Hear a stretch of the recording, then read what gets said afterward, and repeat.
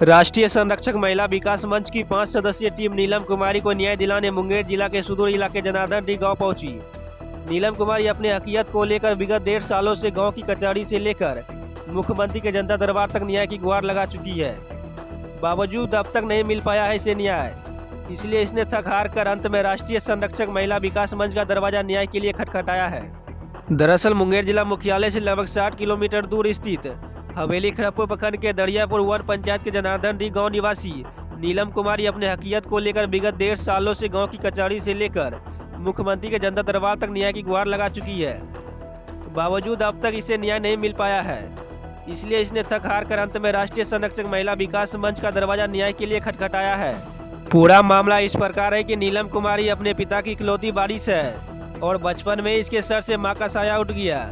इसके पिता भुवनेश्वर मोदी, 3 भाई हीरालाल मोदी, राजपति मोदी और भुवनेश्वर मोदी है। इनका सभी भाइयों के बीच आपसी बंटवारा हो चुका है।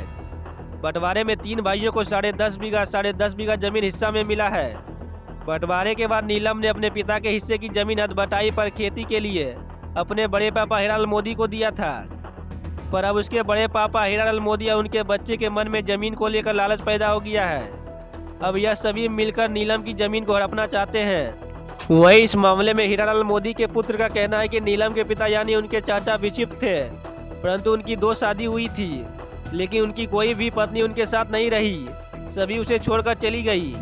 हम लोगों ने उनका देखरेख किया है, जिसके बदले उन्होंने अपनी सारी संपत्ति हम लोगों के नाम कर दी है। इन सब के बाद भी यदि उनका कोई हक बनता है तो न्यायालय में केस करके आए, न्यायालय पर हमें भरोसा है। न्यायालय का जो भी फैसला होगा हम उसे मानने को तैयार हैं। पर वहीं पीड़ित महिला नीलम कुमारी की वस्तु स्थिति को देखा जाए तो वह अपने हक के लिए विगत 1.5 वर्षों से गांव की कचहरी से लेकर मुख्यमंत्री के जनता दरबार तक न्याय की गुहार लगा चुकी है। बावजूद अब तक उसे न्याय नहीं मिल पाया है, इसलिए इसने थक हार कर अंत में राष्ट्रीय संरक्षक महिला विकास मंच का दरवाजा न्याय के लिए खटखटाया, जिसके बाद इसकी गुहार पर राष्ट्रीय संरक्षक महिला विकास मंच की 5 सदस्यीय टीम इसकी मदद के लिए जनार्दन दी गाँव पहुंची। जब टीम के लोग गांव पहुंचे तो पीड़ित महिला के चाचा और उनके पुत्र लोग टीम के सदस्यों के गांव पहुंचने के पूर्व ही घर में ताला लगाकर फरार हो गए। मेरा ये जमीनी का विवाद का ये मामला है जी। कब से चला रहा है? ये 10 साल से चल रहा है, 10-11 साल से। जी। हाँ, और मेरा जो थी पिता हैं, 3 भाई हैं जी। और हीरालाल मोदी, राजपति मोदी हम्म। और भुवनेश्वर मोदी। जी। इसमें मेरा थी पिता भुवनेश्वर मोदी में जी। और थी जो 10 मेरे दादा का पैतृक संपत्ति ये है actually। जी। हाँ, मेरा दादा का नाम बोनू मोदी है। जी। तो 31 बीघा के लगभग ये संपत्ति है। हिस्सा मिला था आपके मिल दादा रहा को? पिता, हाँ, मेरे थी दादा को। अच्छा। तो उसमें से सबको 10.5 बीघा के अनुसार हुए। जी। तो हमको ये 12 साल पहले हमको बटाई यानी बांट कर को दे दिए थे। कितना? 10 बीघा। जी। तो हम बड़े पापा के पास छोड़ दिए कि चलो अपने घर के पास रहेगा, हम लोग बाहर में रहते थे। जी। तो उनको ही बटाई के रूप में हम दे दिए थे। जी। और उसके बदले में हमको पैसा देते थे कितना? 5,000। वो बोले कि हम सोचे कि चलो अपना ही आदमी है, जो देता है वो हम थी सही है, लेकिन मेरा सुरक्षित रहेगा मेरा ज़मीन। लेकिन हमको नहीं मालूम था कि मेरे बड़े पापा को लोभ हो जाएगा, जी। वो हड़पना चाह रहे हैं मेरे ज़मीन को। आज क्या कह रहे हैं वो? आज वो कह रहे हैं कि नहीं, बेटी का हिस्सा नहीं होता है, तुमको हम हिस्सा नहीं देंगे। आप अपने पिता की क्या संतान है? हम इकलौती हैं, जी। हम एकमात्र हैं। इस बात को लेकर ये कहाँ कहाँ आपने गुहार लगाया? हम ग्राम कचहरी से लेकर के मुखिया, सरपंच, थाना, डीएम, सीएम, मुख्यमंत्री तक हर जगह हम गुहार लगाए हैं। क्या निकला नतीजा? कुछ नहीं निकला इसका से। कितने साल से आप गुहार लगा रही हैं? हम इधर 1.5 साल से हम गुहार लगा रहे हैं। अधिकारी कहते ये कोर्ट का मामला है, कोर्ट जाओ, लेकिन ये तो पैतृक संपत्ति है, सबका बराबर का हिस्सा होता है।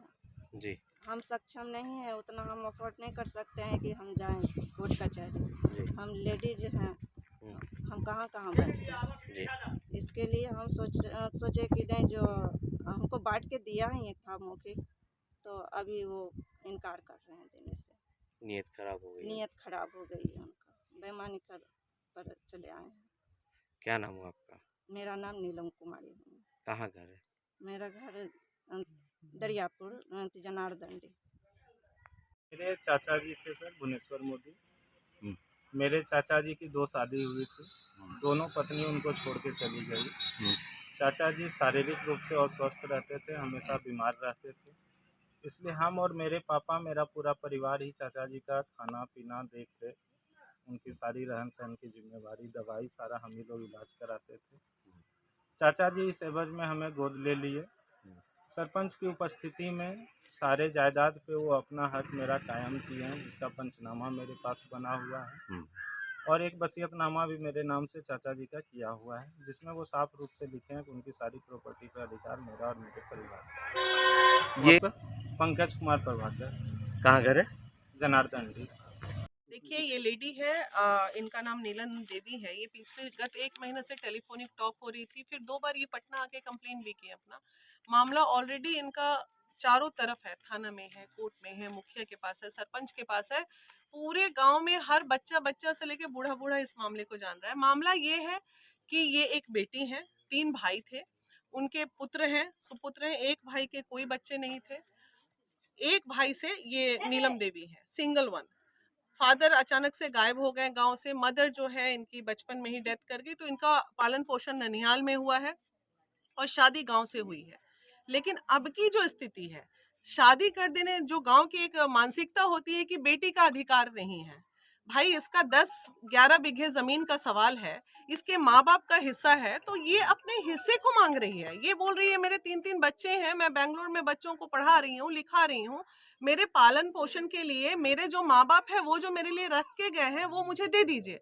लेकिन प्रॉब्लम ये है कि जब ये चली गई काफी दिनों के लिए, तो गांव का तो हर जगह का यही है, जड़ जोड़ू जमीन जोड़ के आना ते कहू और के, ये बिहार में कहावत है।